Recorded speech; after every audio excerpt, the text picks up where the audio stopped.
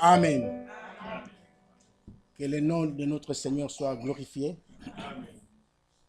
Je vous salue tous dans le nom de Jésus-Christ. Aujourd'hui, je suis vraiment dérangé par la toux, mais Dieu nous fera grâce. Je pense aussi à nos frères qui sont nos frères et sœurs qui nous suivent en ligne. Que le Seigneur puisse aussi les bénir richement. Nous venons encore une fois ce soir pour écouter la parole de Dieu. Parce que c'est par cette parole que nous nous préparons au retour imminent de notre Seigneur Jésus-Christ. Sans plus tarder, nous allons nous lever pour lire la parole de Dieu dans Matthieu chapitre 13.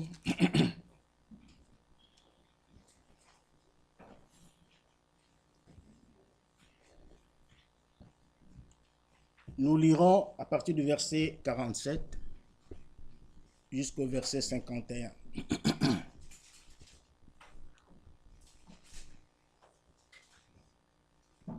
Le royaume des cieux est encore semblable à un filet jeté dans la mer et ramassant des poissons de toute espèce.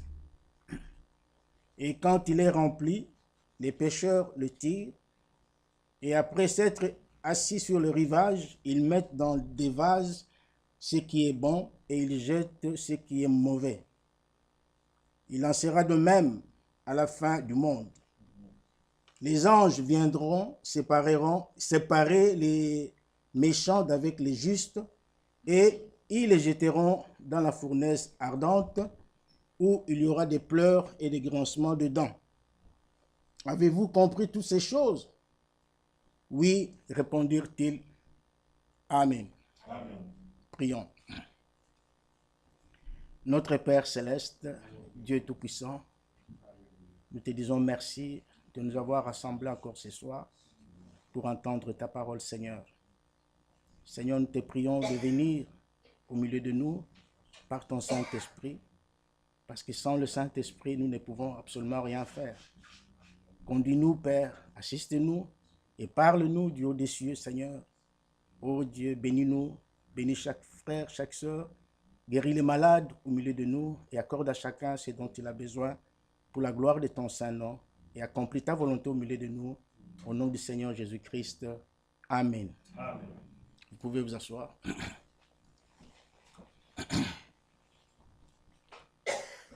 Nous allons lire encore un autre passage qui se trouve dans 1 Jean chapitre 2.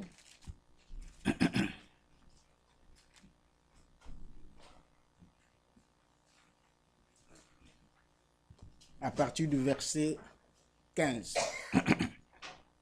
1 Jean chapitre 2, à partir du verset 15. La Bible dit, n'aimez point le monde, ni les choses qui sont dans le monde. Si quelqu'un aime le monde, l'amour du Père n'est point en lui.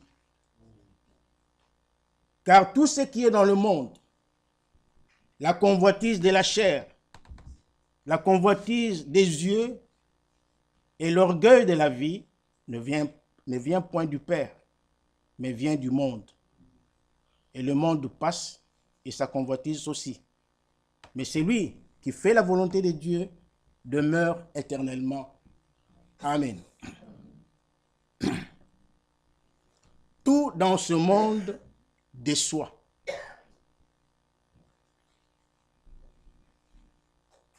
Cette parole que notre frère Jean a prononcée est une parole comme toutes les autres inspirée qui est sortie de la bouche de Dieu.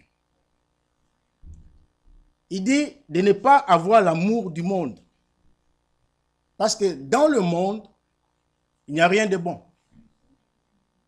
Dans le monde, il n'y a que déception sur déception. Tout ce qui est dans le monde, tout, dans le monde, tout déçoit. La politique, par exemple, déçoit les gens. Les politiciens déçoivent les gens. Et quand j'étais autrefois dans le monde, j'allais beaucoup au stade, regarder les matchs de football. Mais ce n'est pas tous les jours que je rentrais à la maison joyeux, heureux. Non. Les jours où mon équipe perd, je suis déçu. Je rentre triste. Et nous le voyons aussi aujourd'hui. Même les grandes stars déçoivent les gens. Ton frère qui t'appelle bien-aimé aujourd'hui, un jour, il peut te décevoir. Ta soeur, la même chose. Ta femme que tu aimes, un jour, elle peut te décevoir. Ton mari que tu aimes, que tu chéris tant, un jour, il peut te décevoir. Donc, dans ce monde, tout déçoit. Tout. Il n'y a que déception sur déception. Il n'y a rien de bon. Même ton père, un jour, il peut te décevoir. Même ta mère, tes enfants peuvent aussi décevoir. Et nous les voyons tous les jours. Donc, tout dans ce monde déçoit. Mais il y a un qui est quelque part. Les dieux du ciel. Les dieux qui nous a créés. Lui, il n'a jamais déçu. Amen. Et il ne décevra jamais. C'est plutôt nous qui les décevons. En marchant dans la désobéissance, nous décevons notre Dieu. Après tout ce qu'il a fait pour nous à la croix, nous désobéissons à la parole de Dieu. Il est déçu. Mais lui ne peut pas décevoir. Il n'a jamais déçu et il ne décevra jamais. Amen. Alléluia. Amen. Mais le monde nous déçoit. Même les gens qui vont vers le diable pour avoir du succès et autres, à la fin, ils déçoivent. Ils sont déçus plutôt. Mais Dieu ne te décevra jamais. Et surtout si tu es son fils, si tu es sa fille, il ne te décevra jamais. Voilà l'homme, la personne en qui on peut avoir confiance. Voilà la personne sur qui il faut compter. Lorsque nous lisons dans Psaume 46, David dit, Dieu est pour nous un refuge, un appui, un secours qui ne manque jamais dans la détresse. C'est ça notre Dieu. Il est notre refuge. C'est-à-dire, lorsque nous avons des problèmes, lorsque nous avons des difficultés, quelle que soit la nature du problème, des difficultés que nous avons un refuge, c'est notre Dieu. Parce que lorsque nous nous réfugions en lui, nous nous sentons en pleine sécurité. Alléluia. Nous sommes en sécurité lorsque nous trouvons Dieu, lorsque nous faisons des dieux notre refuge, notre appui, notre soutien. Et il est un secours qui ne manque jamais dans la détresse. Amen. Quel que soit, il n'y a aucun problème qui peut dépasser Dieu. Il n'y a aucun problème qui peut être dont il est incapable de résoudre. Il a la solution à tous nos problèmes. Quelle que soit la maladie que tu as, lui, il guérit. C'est sur ces dieux-là qu'il faut compter. Hébreux chapitre 12 nous dit ceci. Hébreux chapitre 12.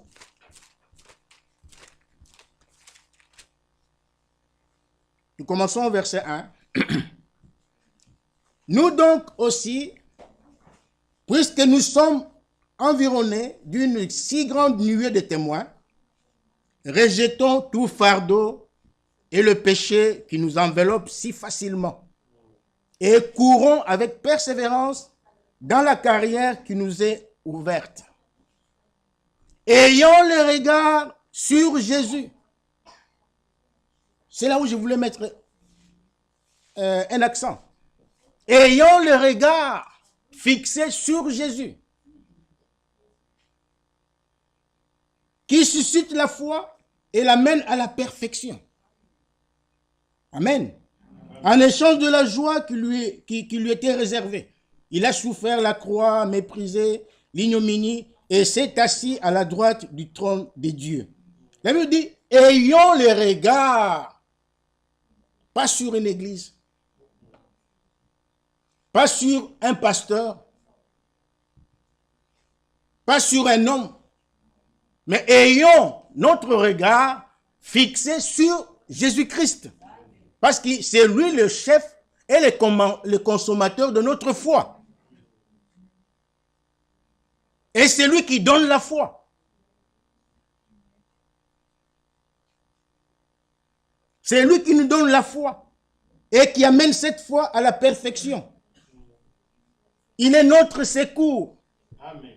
Il est notre appui. Alléluia. Il est tout pour nous. Amen.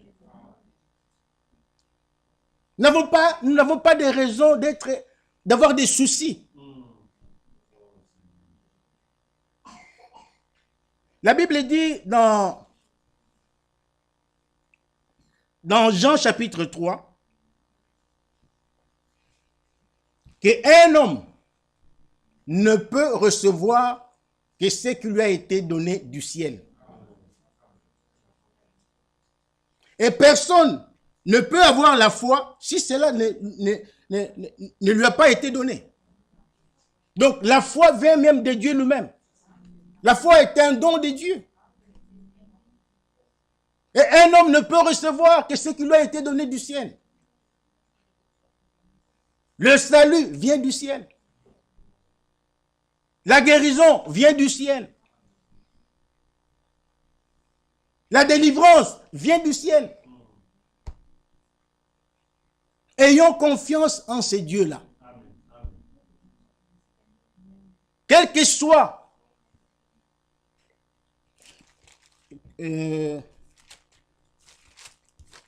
la gravité de la situation dans laquelle tu te trouves ce soir, Dieu est vivant. Faisons-lui confiance, mes frères. Nous avons des problèmes. Aujourd'hui, je voudrais vraiment que nous puissions avoir un temps de prier.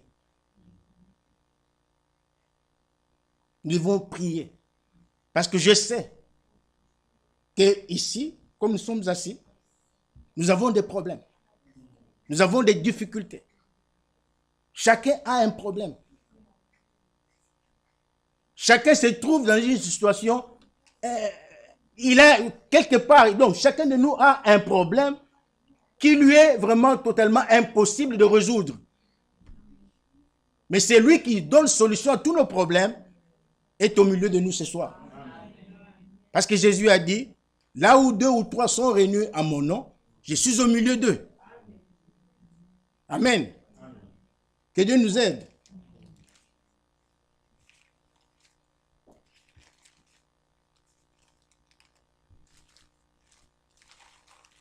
Lisons Jean chapitre 6.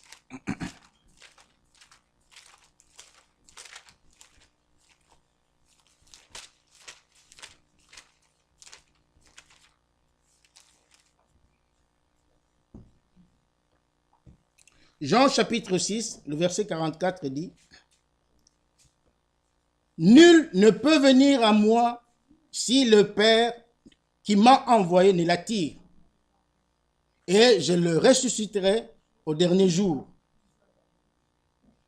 Il est écrit dans les prophètes, ils seront tous enseignés de Dieu. Ainsi, quiconque a entendu le Père et a reçu son enseignement, vient à moi. Personne ne peut venir à Christ s'il n'est pas attiré. Il faut que Dieu l'attire à Christ. Il faut que Dieu l'attire à Christ par la foi.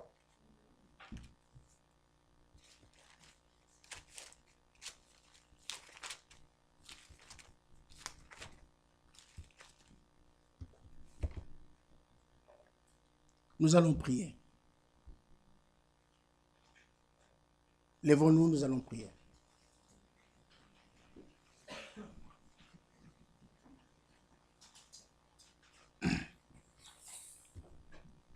Prions tous ensemble. Dieu Tout-Puissant, Créateur des cieux et de la terre, je viens à toi, Seigneur Dieu Tout-Puissant, te supplier, ô Dieu, de nous assister ce soir, de nous envoyer ton Saint-Esprit, ô Dieu Tout-Puissant. Car sans le Saint-Esprit, Seigneur, nous ne pouvons rien faire, Seigneur. Bénis-nous ce soir, ô Dieu Tout-Puissant. Seigneur, je te prie d'écarter, ô Dieu, toute distraction, Seigneur Tout-Puissant. Ô Dieu, je te supplie, Seigneur, d'ouvrir les écluses des cieux, Seigneur Dieu, et de pouvoir nous envoyer ton Saint-Esprit, de pouvoir nous envoyer ta grâce, ô Dieu Tout-Puissant. Ô Dieu, nous sommes venus pour entendre ta parole, Seigneur. Nous sommes venus, Seigneur de Tout-Puissant, pour recevoir de toi les bénédictions que tu nous as réservées ce soir, ô Dieu Tout-Puissant. Aie pitié de nous, Seigneur. Parle-nous, Seigneur. Ô Seigneur Jésus. Seigneur, je te prie de mettre dehors tout esprit de distraction, Seigneur Tout-Puissant. Oh Dieu, prends, oh Dieu Tout-Puissant, toutes choses en main, Seigneur Tout-Puissant. Oh Seigneur, éloigne de ce lieu, Seigneur, tous les mauvais esprits, Seigneur Tout-Puissant. Oh Dieu, accorde-nous ta grâce, oh Dieu Tout-Puissant. Fais-nous grâce, oh Jésus-Christ. Manifeste-toi au milieu de nous, Seigneur.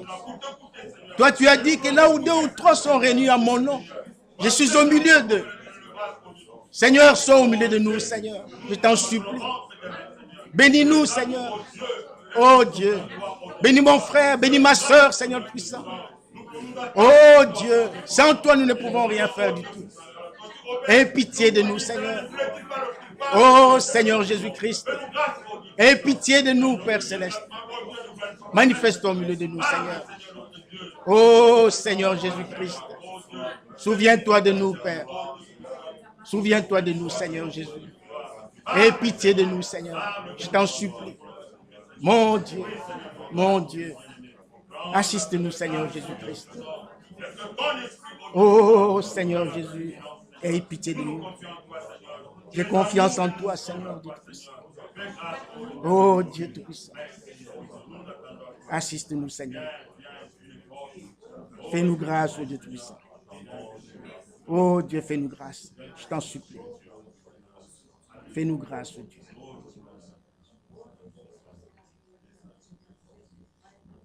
Aie pitié de nous, Seigneur.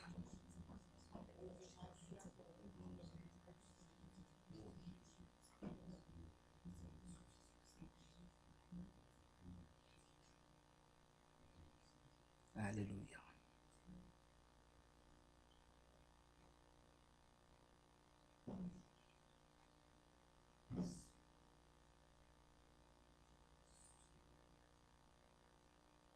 Merveilleux Père Céleste, Dieu Tout-Puissant, je te supplie, ô Dieu, d'éloigner toute distraction au milieu de nous, Seigneur.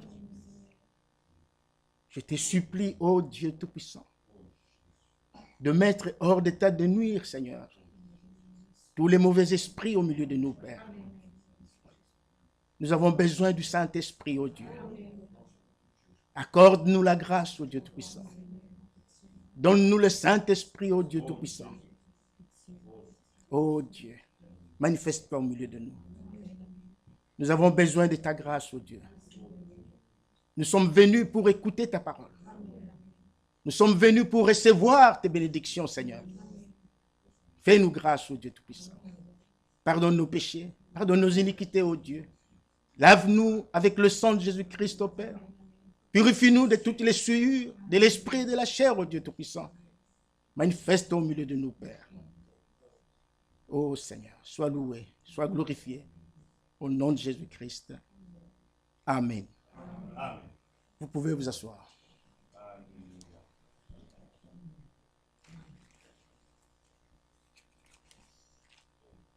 Il y a eu une grande distraction au milieu de nous. Vous savez, quand nous nous rassemblons, Dieu a promis, Jésus a promis que là où deux ou trois sont au milieu d'eux et rassemblés en son nom, il est au milieu d'eux. Mais le diable aussi rôde autour. Comme c'est écrit dans 1 Pierre, il rôde autour des enfants de Dieu, cherchant, comme un lion rugissant, cherchant qui dévorer. Je me sens orienté de revenir un peu sur ce que nous avons vu hier à Namur. Dans Hébreux chapitre 2.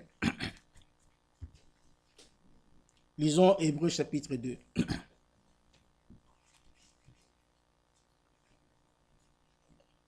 À partir du premier verset,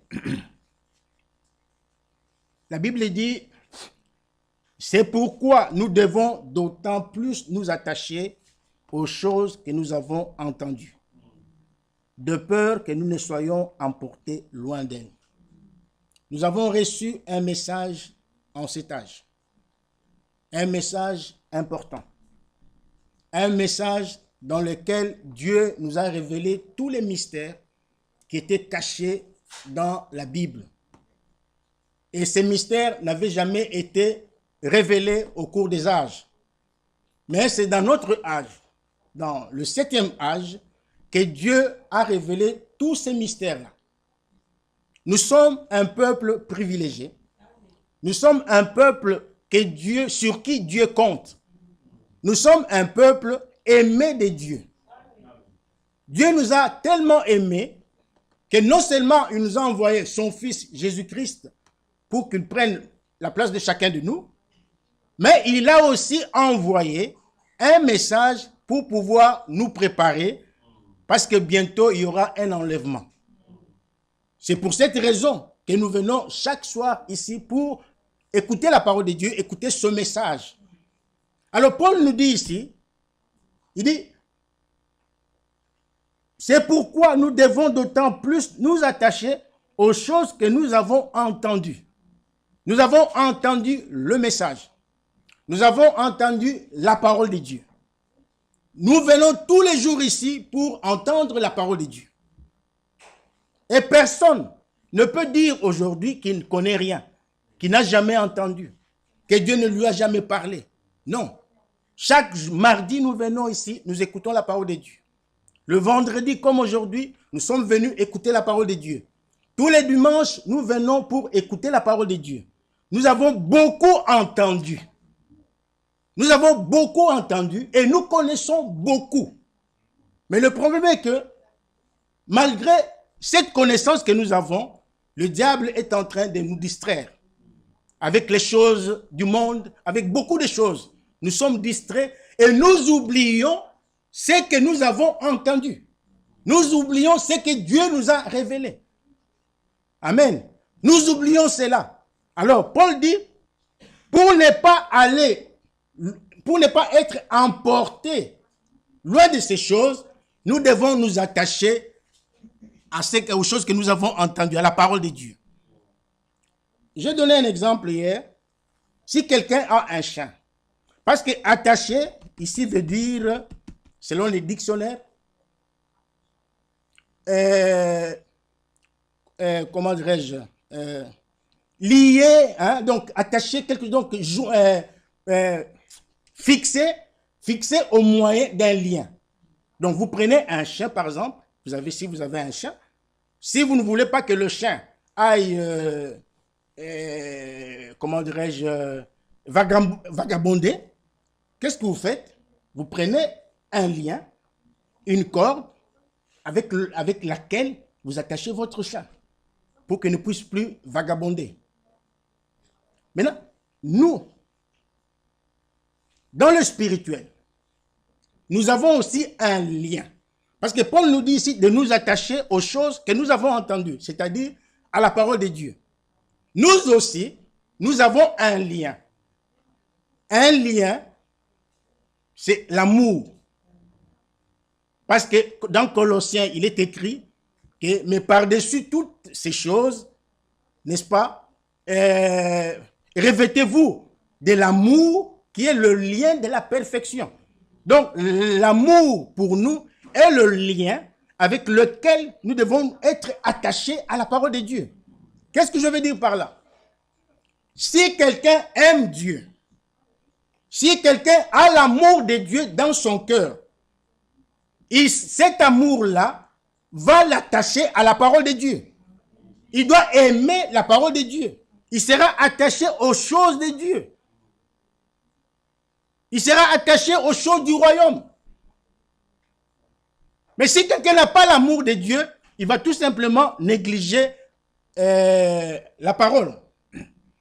Et le verset 2 nous dit, « Car si la parole annoncée par les anges a eu son effet, et si toute transgression et toute désobéissance ont reçu une juste rétribution, comment échapperons-nous en négligeant un si grand salut? » Dieu nous a donné un salut. Alléluia. Dieu nous a donné un salut. Le salut éternel. Le Dieu Tout-Puissant a quitté son trône pour venir sur la terre, prendre ta place et prendre aussi ma place. Il a donné sa vie en sacrifice. Il nous a donné un salut éternel. Et la Bible dit dans Éphésiens chapitre 2 que c'est par grâce que nous sommes sauvés. C'est par la grâce de Dieu que nous avons obtenu le salut. Et ce n'est pas par nos œuvres que nous avons été sauvés. Nous avons été sauvés par la grâce de Dieu. Alléluia. Maintenant, si nous désobéissons à la parole de Dieu, si nous transgressons la parole de Dieu, la loi de Dieu, la Bible dit que c'est une négligence. Maintenant, Paul pose la question, comment échapperons-nous si nous négligeons le salut que Dieu nous a donné? La transgression. Vous voyez, si vous êtes au volant de votre voiture, vous arrivez sur un carrefour, vous trouvez le feu rouge. C'est une loi. C'est la loi. Elle représente la loi. Elle vous dit, arrêtez-vous. C'est un ordre. Il vous dit, arrêtez-vous. Parce que c'est rouge, vous devez vous arrêter.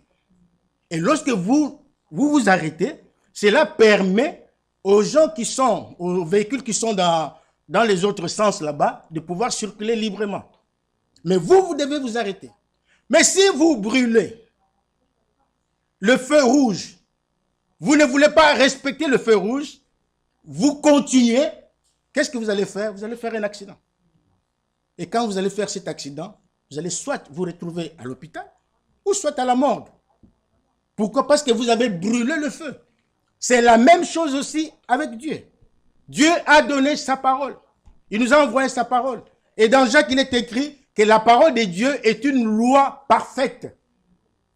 Alléluia. Elle est une loi parfaite. Alors, qu'est-ce que Dieu demande à son peuple? C'est de ne pas transgresser cette loi.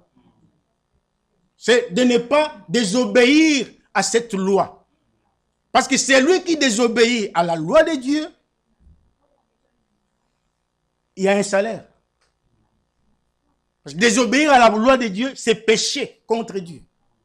Et la Bible dit que le péché, n'est-ce pas, est la transgression de la loi. Et le salaire du péché, c'est la mort. Nous le savons, c'est la mort. Alors, c'est lui qui brûle le feu. C'est lui qui désobéit à la parole de Dieu. Il est candidat à la mort. Il n'y a que la repentance qui peut, n'est-ce pas, faire et qui peut enlever la colère de Dieu sur vous.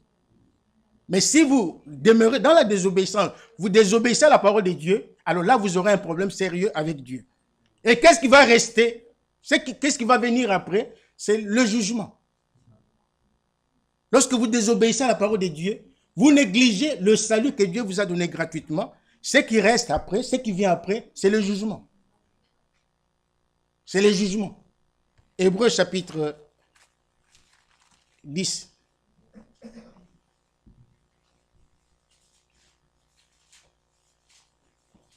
Hébreux chapitre 10, disons à partir du verset 25.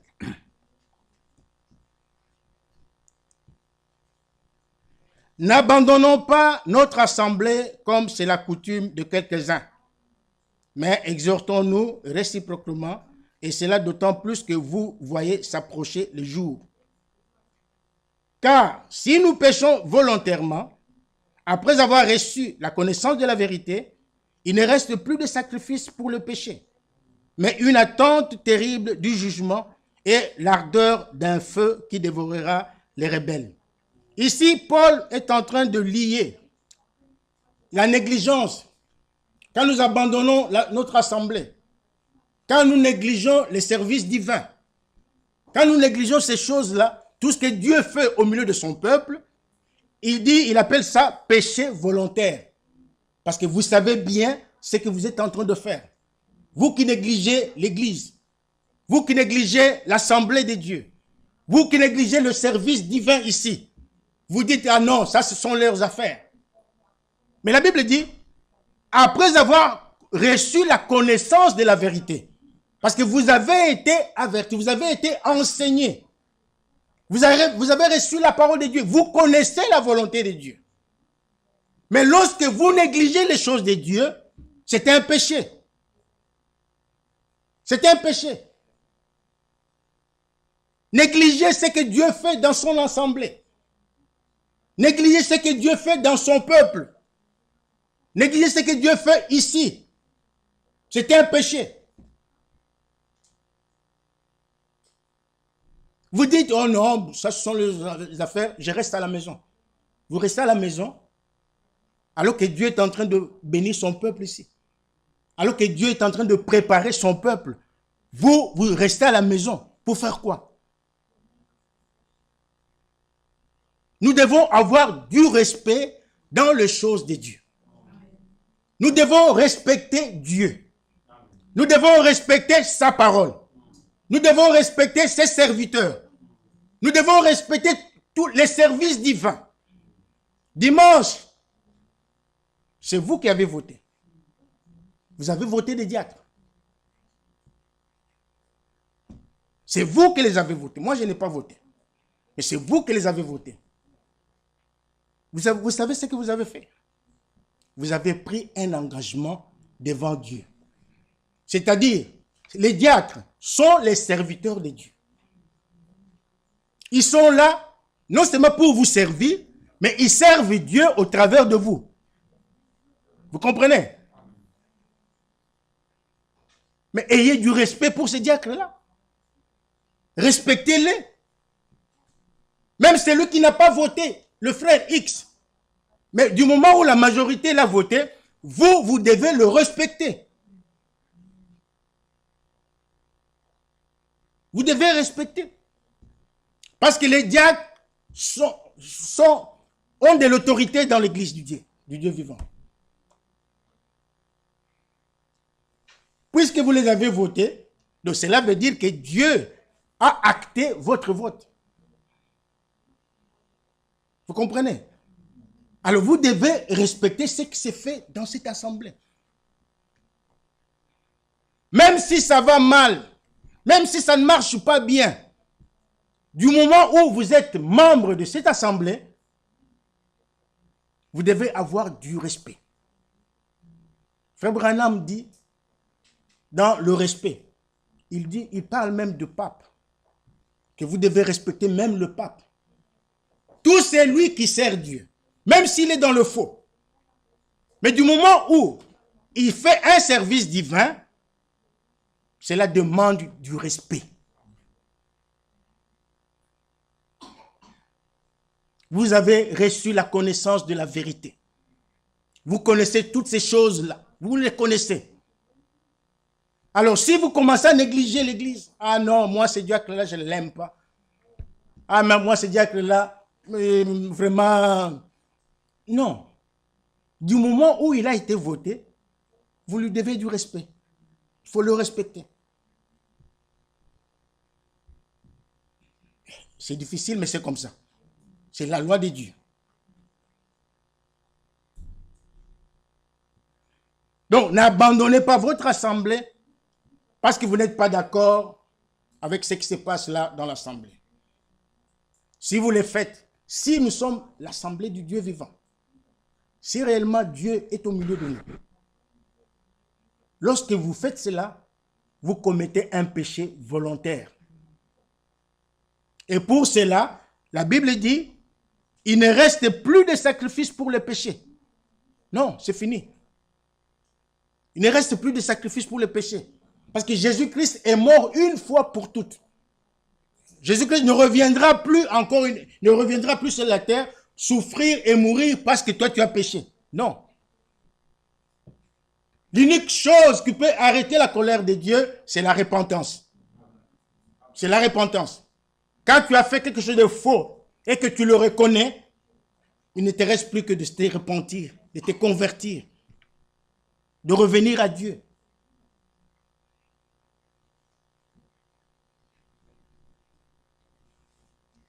Donc, verset 27, mais une attente terrible du jugement et l'ardeur d'un feu qui dévorera les rebelles. Le verset 28 dit, c'est lui qui a violé la loi de Moïse, meurt sans miséricorde sur la déposition de 2 ou de 3 témoins. Ça, c'est au temps de Moïse. C'était au temps de la loi. C'était au temps du sang des boucs et des animaux. Mais c'est lui qui transgressait. Parce que le sang des boucs et des animaux n'était pas le sang parfait. N'était pas le sang que Dieu voulait. Même Dieu n'était même pas satisfait. Parce que ce n'était pas vraiment le sang qu'il fallait. Mais néanmoins, lorsque quelqu'un péchait, au temps de Moïse, il mourait sans miséricorde. C'est ce que la Bible dit ici. Il mourait sans miséricorde. Mais là, le verset 29 dit, de quel pire châtiment pensez-vous que sera jugé digne celui qui aura foulé aux pieds le Fils de Dieu? Qui aura tenu pour profane le sang de l'alliance par lequel il a été sanctifié et qui aura outragé l'esprit de la grâce.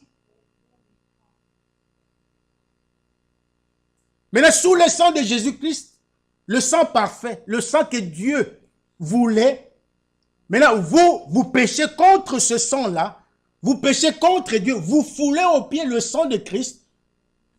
La Bible dit, mais de quel pire châtiment pensez-vous?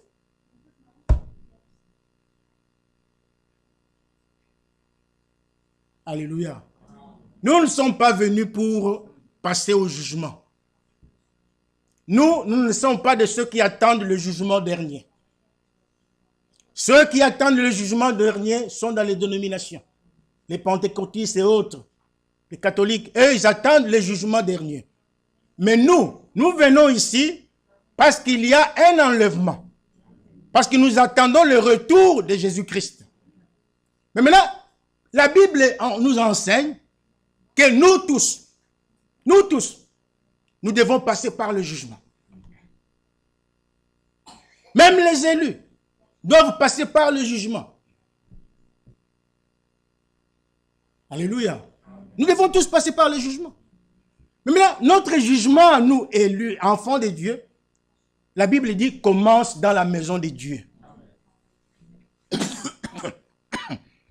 Lisons dans 1 Pierre chapitre 4.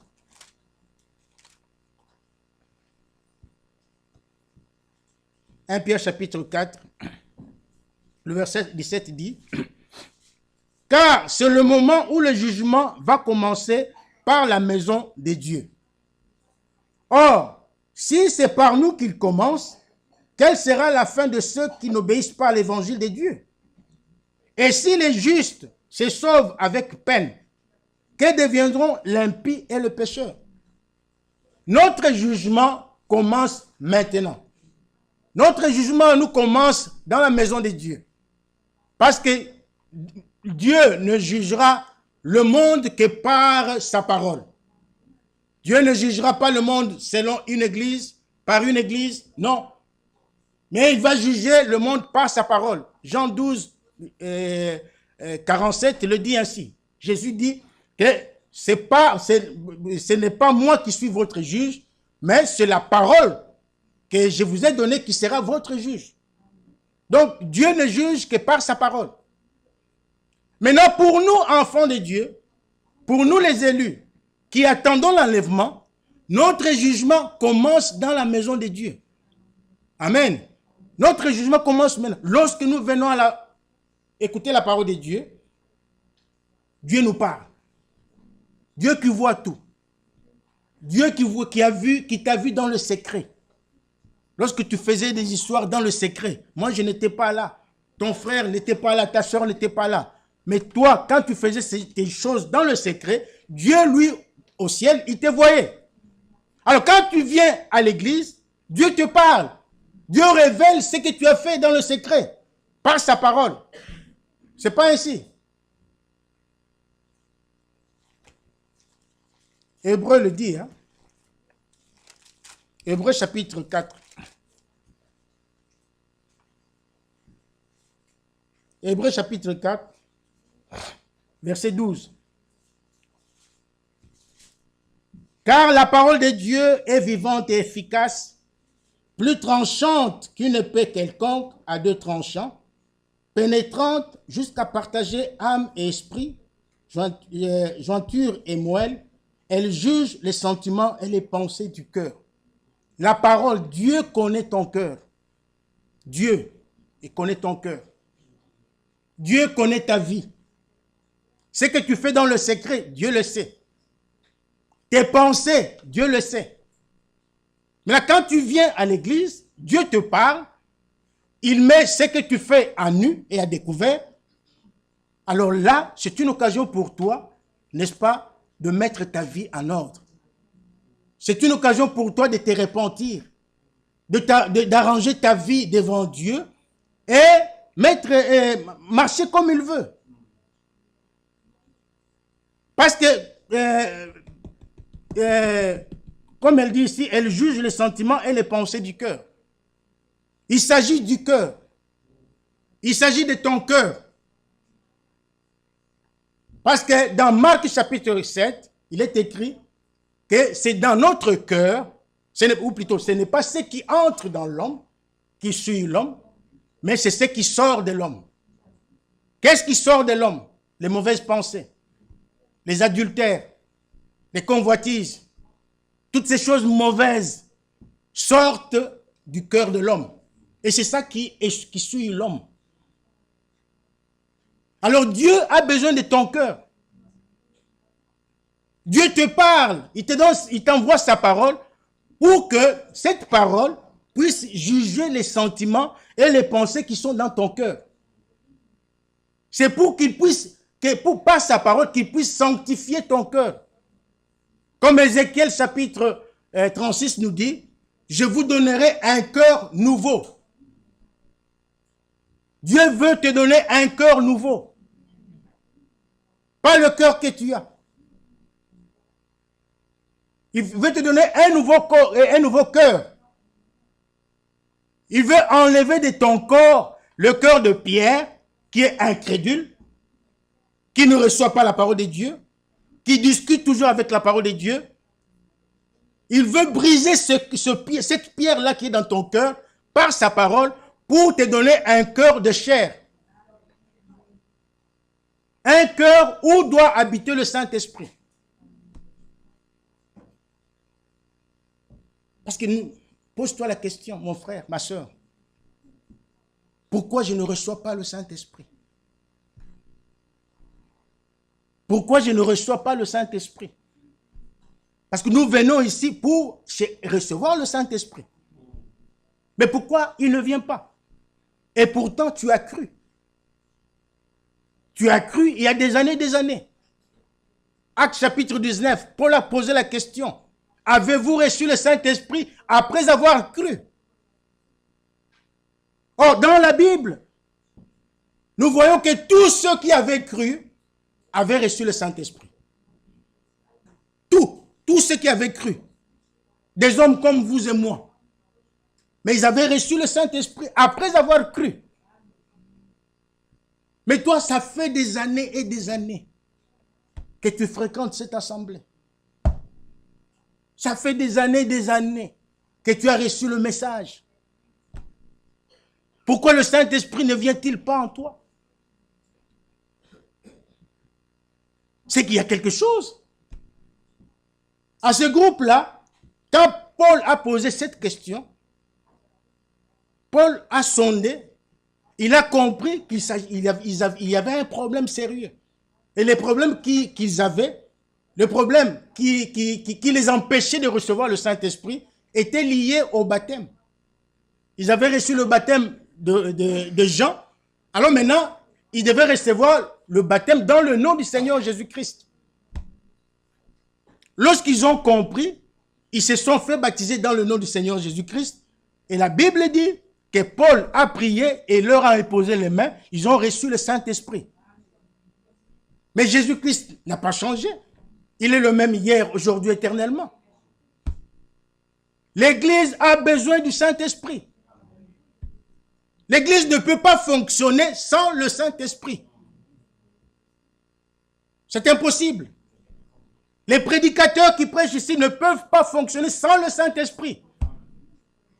Les diacres que vous avez votés ne peuvent pas fonctionner sans le Saint-Esprit. Ils ont besoin du Saint-Esprit.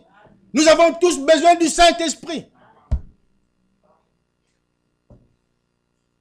Parce qu'une église spirituelle, c'est une église où l'on trouve le Saint-Esprit agissant en son sein. Il y a les dons, les 9 dons spirituels. Les ministères s'exercent dans cette église. Nous venons dans la prière. Lorsque nous sommes dans la prière, nous sommes confondus. Nous nous posons des questions. Y a-t-il des anges au milieu de nous? Parce qu'il y a des prières. À d'autres endroits, les gens prient comme vous et moi, ils prient. Le Saint-Esprit descend. Il y a des dons de parler en langue, des prophéties qui sortent. Et les gens n'ont plus envie d'aller, de rentrer à la maison. Il y a les apparitions des anges. Mais ce sont des choses que nous devons expérimenter. Chaque frère, chaque sœur est important dans l'église du Dieu vivant. Chacun est important. Mais je vais vous dire une chose. Ce qui nous manque, c'est l'atmosphère spirituelle. C'est l'atmosphère spirituelle qui nous manque. Pour l'instant, nous venons par habitude. Nous venons comme par habitude.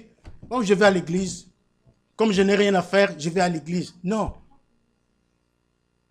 Si nous avions goûté l'Esprit de Dieu, si nous l'avons vraiment goûté, on viendra ici. D'abord, si vous lisez hors dans l'église, Frère Branham montre comment est-ce qu'il faut chercher, comment est-ce qu'il faut se comporter.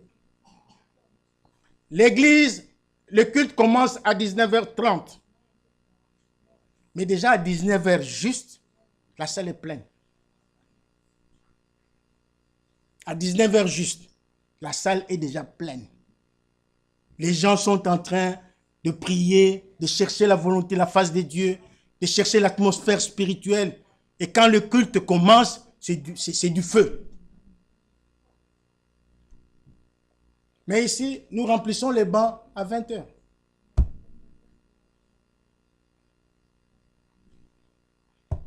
Est-ce que nous avons compris réellement? Est-ce que nous avons compris? Parce qu'il faut que, quand nous venons ici, frère Mamonga vient avec du feu de chez lui, à la maison. Le frère, la sœur, la femme de frère Mizo Karine vient aussi avec du feu. Celui-là vient avec du feu. Cet autre vient avec du feu. Nous venons ici, nous rassemblons tous ces feux-là. Il y aura du boom ici. Il y aura du boom ici. C'est parce que nous sommes négligents. Nous n'avons pas encore compris. Dieu, on ne s'habitue pas avec Dieu. On ne s'habitue pas avec les choses de Dieu. Pourquoi? Parce que Dieu est surnaturel. Et les choses de Dieu sont surnaturelles. Un culte, comme je l'ai dit tout à l'heure, un culte sans le Saint-Esprit est un culte mort. Une église sans le Saint-Esprit est une église morte. Est une église morte. Il faut que lorsqu'on vient à l'église, qu'on se sente dans le royaume des cieux. Mais c'est vous qui devez créer cette atmosphère spirituelle. C'est nous tous. Nous tous, nous devons chercher cette atmosphère spirituelle. Nous cherchons l'atmosphère spirituelle là-bas. Ça vient ici, ça descend là-bas. Donc c'est... Je vous dis cela, mes frères, parce que j'aspire. J'aspire à cela.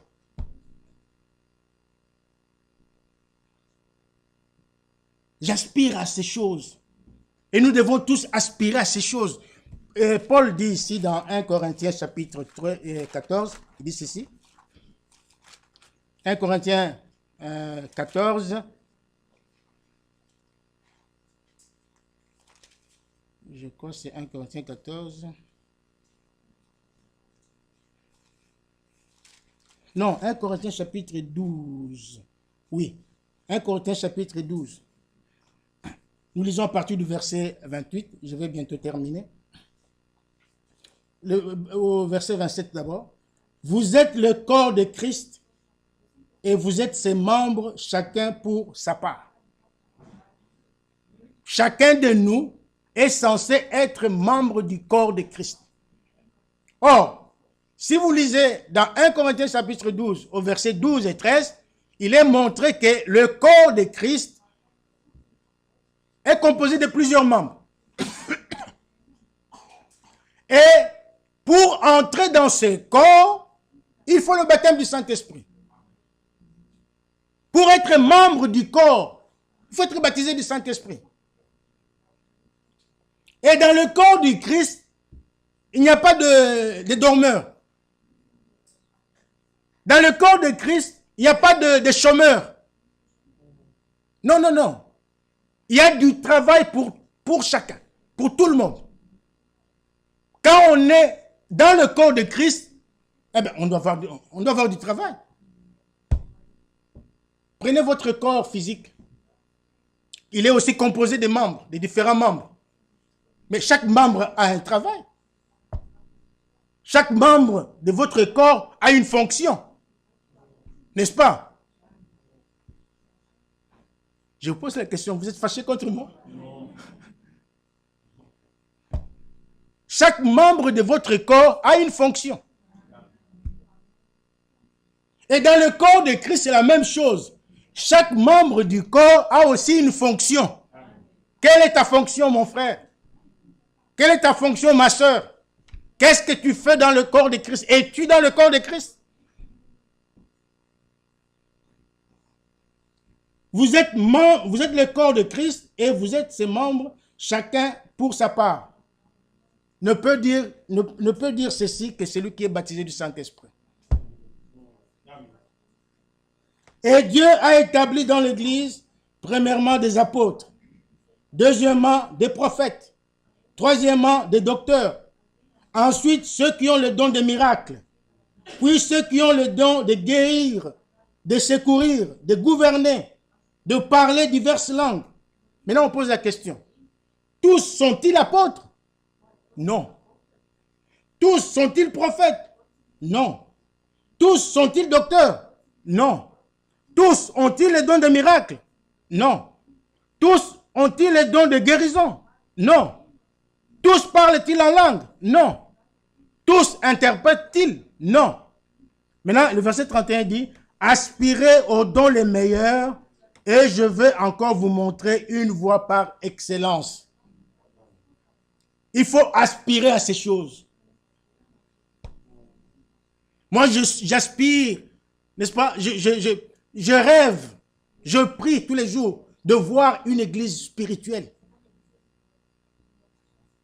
Si vous lisez le message de Frère Branham intitulé « Entrer dans l'esprit », vous allez comprendre. Il montre que nous devons, lorsque nous venons à l'église, nous devons entrer dans l'esprit de Dieu. Nous devons entrer dans l'esprit. Chacun doit entrer dans l'esprit. Et il montre que Jean-Baptiste, ou plutôt Jean l'apôtre, lorsqu'il s'était retrouvé dans l'île de Patmos, il a vu des visions et tout ça, c'est lui qui a écrit l'Apocalypse. Et vraiment montre que s'il avait reçu toutes ces visions, c'est parce qu'il était entré en esprit. Il était entré en esprit. Nous aussi, nous sommes aussi censés entrer en esprit. C'est pourquoi je parle de l'atmosphère spirituelle.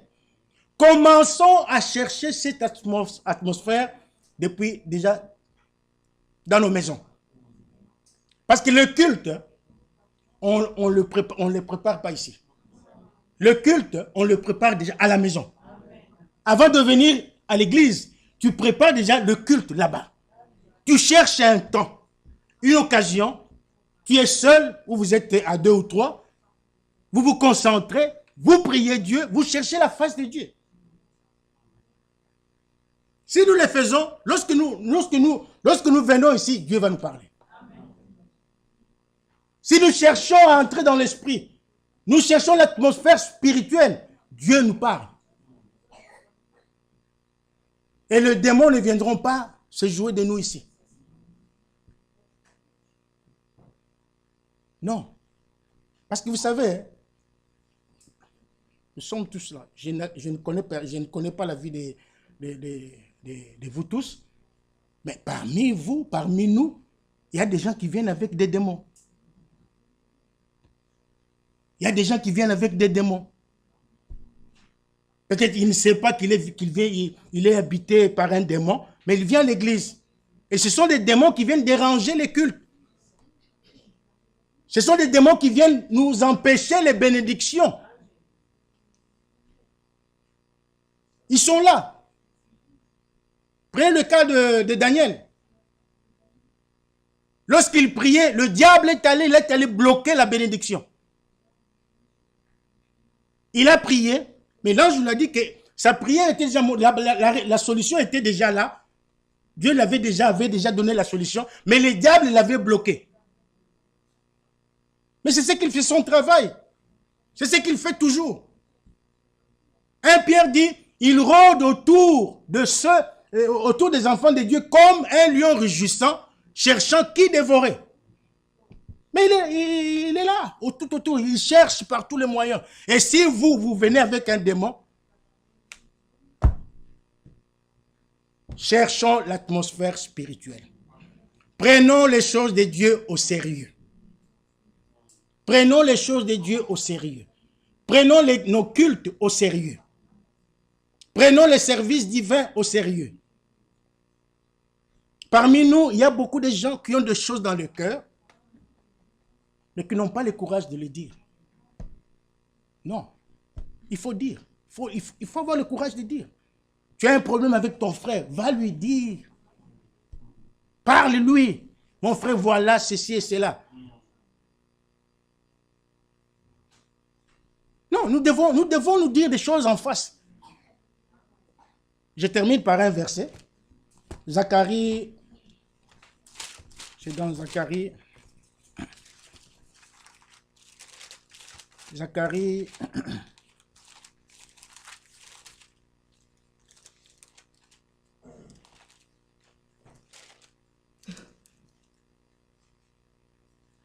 Zacharie chapitre 8,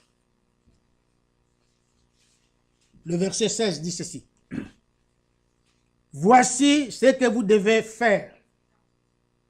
Que chacun dise la vérité à son prochain. Jugez dans vos portes selon la vérité et en vue de la paix. Amen. Quand tu as un problème avec ton frère, dis-le lui en face. Amen. Mais avec amour, avec respect. Que ma soeur, voilà. Mon frère, voilà. Et vous, si c'est un problème de péché lié au péché, vous arrangez. Vous vous repentez, vous arrangez et vous mettez votre vie en ordre et vous continuez, vous oubliez. Verset 17. Que nul en son cœur ne pense le mal contre son prochain. Et n'aimez pas le faux serment. Car ce sont là toutes choses que j'aurais dit l'Éternel. Amen. Que Dieu nous aide, mes frères et sœurs. Prenons les choses au sérieux. Prenons le culte au sérieux. Dieu est vivant. Dieu est le Tout-Puissant. Et comme nous l'avons, frère Michel a montré ici, Jésus a dit, je vous ai donné le pouvoir de marcher sur les serpents et les scorpions et sur toute la puissance de l'ennemi. Il dit, rien ne pourra vous nuire. Nous aimons qu'on nous dise, nous sommes enfants de Dieu, nous crions Amen. Nous sommes ceci, nous crions Amen, c'est bien. Mais nous devons palper les promesses de Dieu. Nous devons vivre les promesses de Dieu. Nous devons vivre toute la parole de Dieu. Les enfants de Dieu, oui, mais les enfants de Dieu expérimentent Dieu dans leur vie. Les enfants de Dieu, oui, mais les enfants de Dieu font des expériences surnaturelles avec Dieu. Dieu doit marcher avec ses enfants. Noé marcha avec Dieu. Nous aussi, nous devons marcher avec notre Dieu. Alléluia. Prenons les choses au sérieux. Que le Seigneur vous bénisse richement. Aujourd'hui, c'était vraiment particulier. Et je ne saurais pas vous dire ce qui s'est passé, mais Dieu est au milieu de nous. Que Dieu nous aide, que Dieu nous assiste et nous fasse grâce. Prenons les choses au sérieux. Avant de venir au culte, préparons-nous sérieusement. Cherchons la face de Dieu. Prions Dieu pour que le ciel nous parle et que le diable soit brisé au milieu de nous. Amen. Que le Seigneur vous bénisse.